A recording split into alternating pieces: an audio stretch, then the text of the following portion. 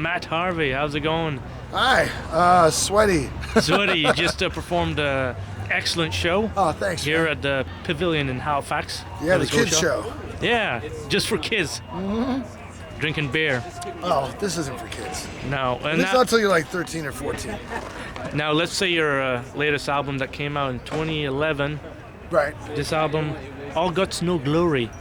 I remember that one. Sounds familiar. Yeah, the production on this, where you guys get the ideas to have it sounding like that. You know, the sound quality is interesting. Well, you know, like the production on our earlier records has been like a big sticking point for us. Like the first record, I think sounds horrible. I mean, I hate it. I mean, the songs are okay, but the way it sounds is like unlistenable. The second one is like really noisy. The third one was pretty good, but we didn't really play that well, even though we tried hard.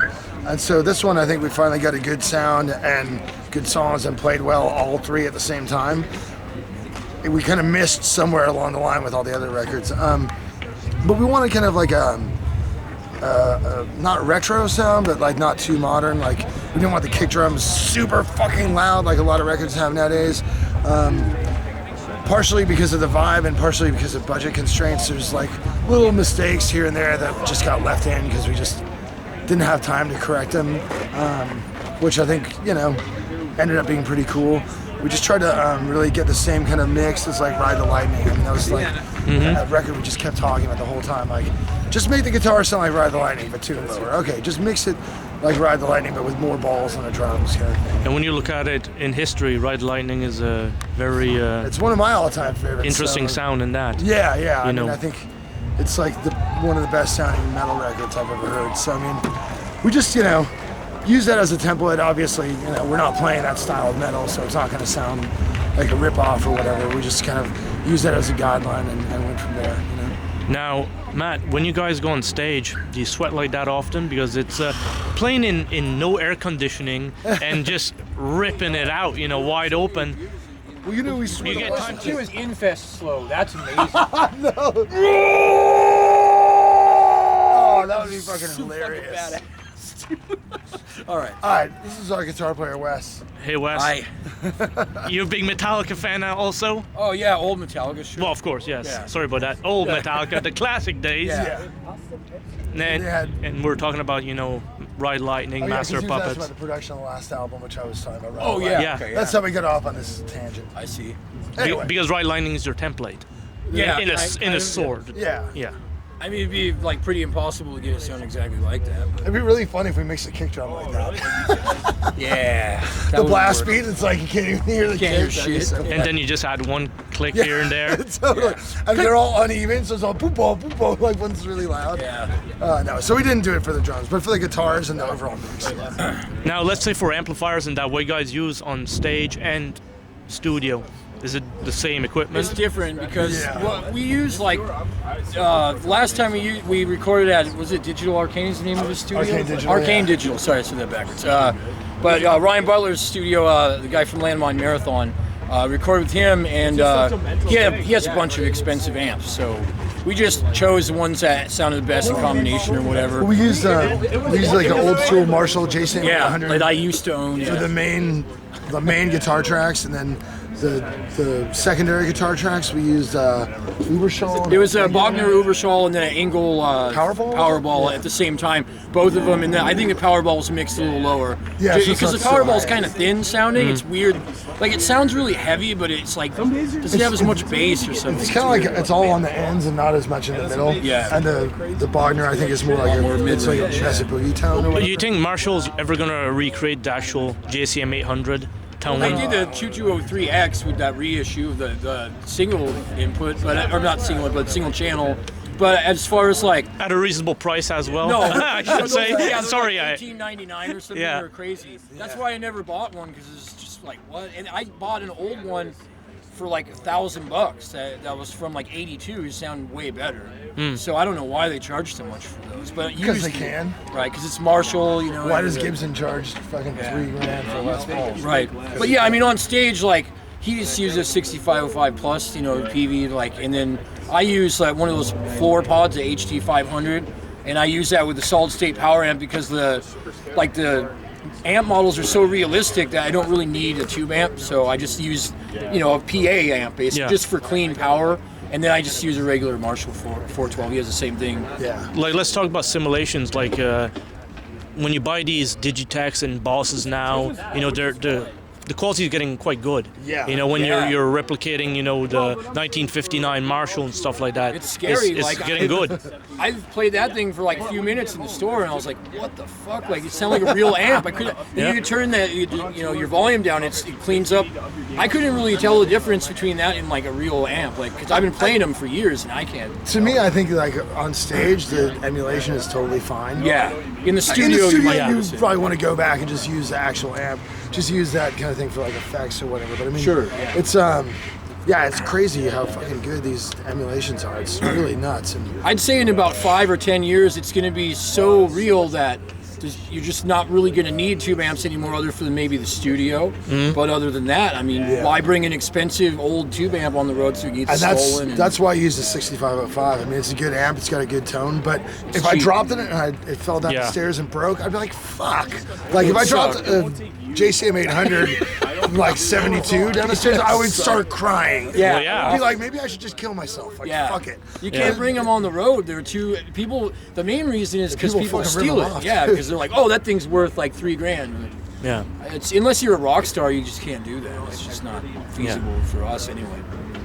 Some of your favorite guitarists that you guys like to listen to today versus to the past, like when you guys, Mostly in the past. Mostly 70s for me. I don't know, like Schenker and Roth and all that. Like, I like some new stuff, but not any of the tech stuff. I like Michael Ammon's not a new guitar player. But I mean, Arch Enemy's like a new-ish band, and that's very melodic. But I like that guy because he plays like Schenker a lot, and I don't know, just the normal death metal guys, I guess, James Murphy and all the old school stuff for me. Yeah, I like. I like Jimmy Page because he's like me. He's really sloppy. Like Buck Dharma from the Oyster Cult. But just a correction, Jimmy Page sometimes ain't sloppy. No, exactly. There's sometimes I'm not either. It's beautiful. Like Jimmy Page is sometimes the greatest guitar player you've ever heard, and other times he's just horrible. It's awful.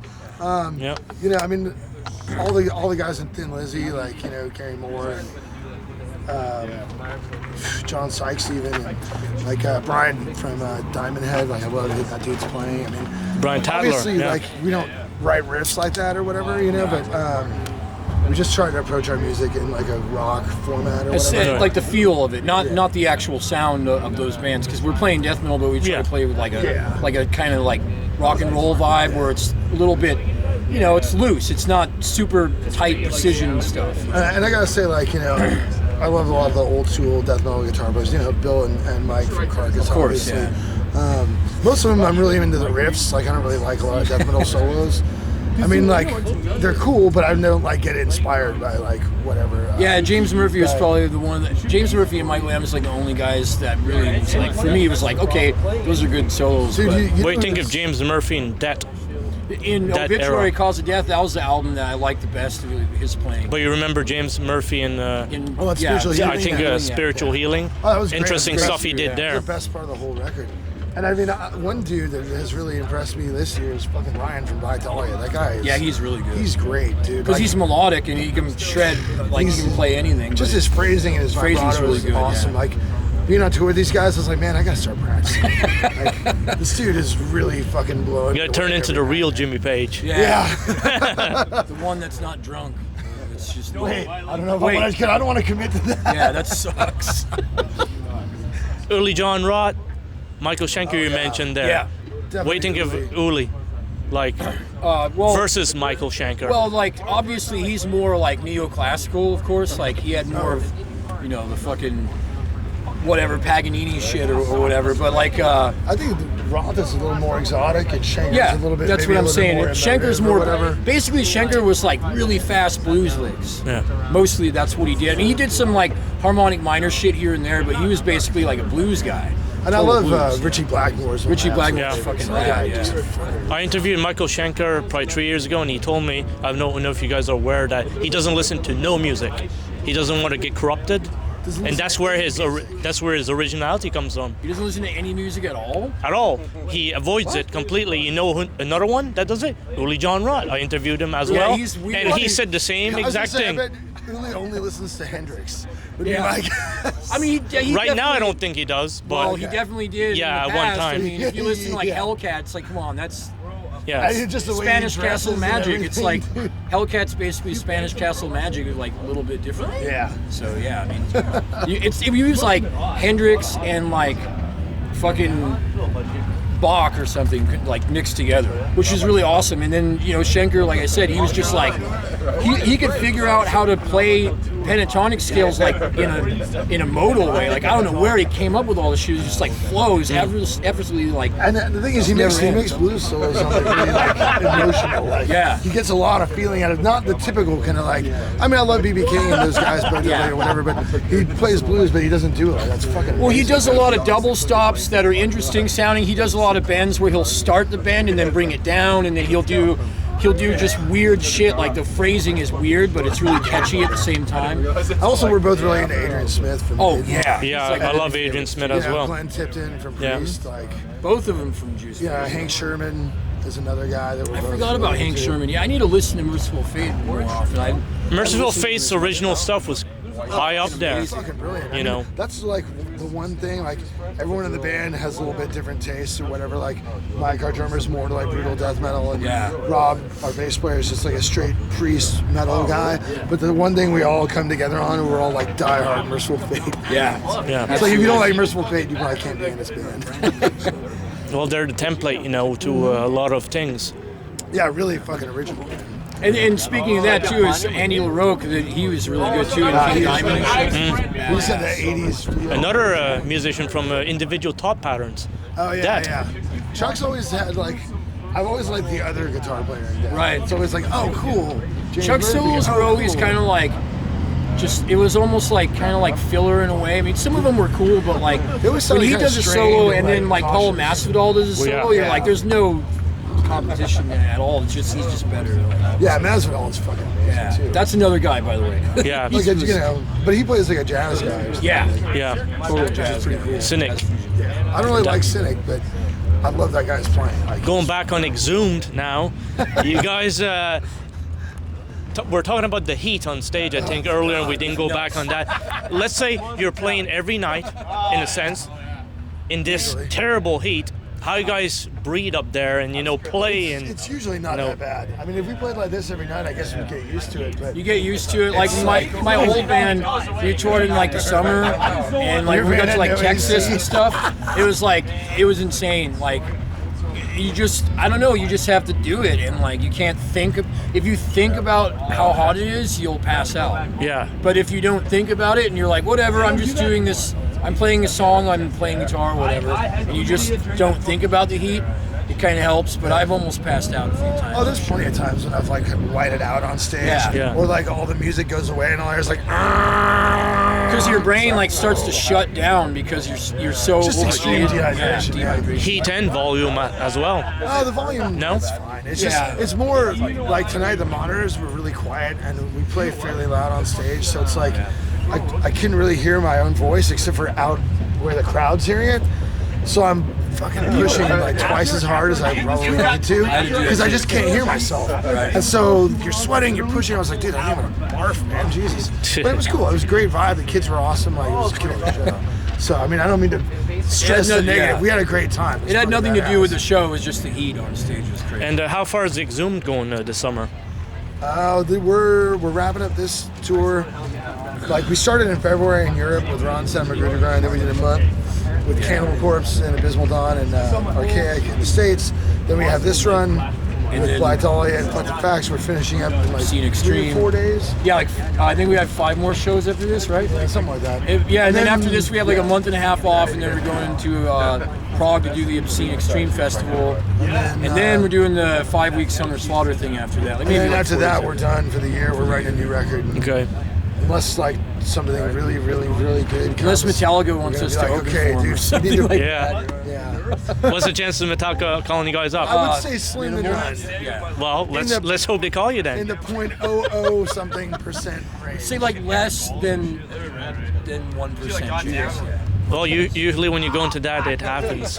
So let's just. You're a positive thinker. I like that. That's good. I am, and that's how you got to do it. Well, you guys have been a pleasure talking about guitars, amps, heat, and sweat. You name it. Keep up the great work on your albums as well, Thanks, man. and look forward to seeing the next Exhumed album. Next year. Well, that's good. Not like Zach Wild in 2014. No. Hopefully nothing like Zach. Nothing Wild like Zach Wild whatsoever. Okay. Pleasure, guys. Right on, man. Thanks.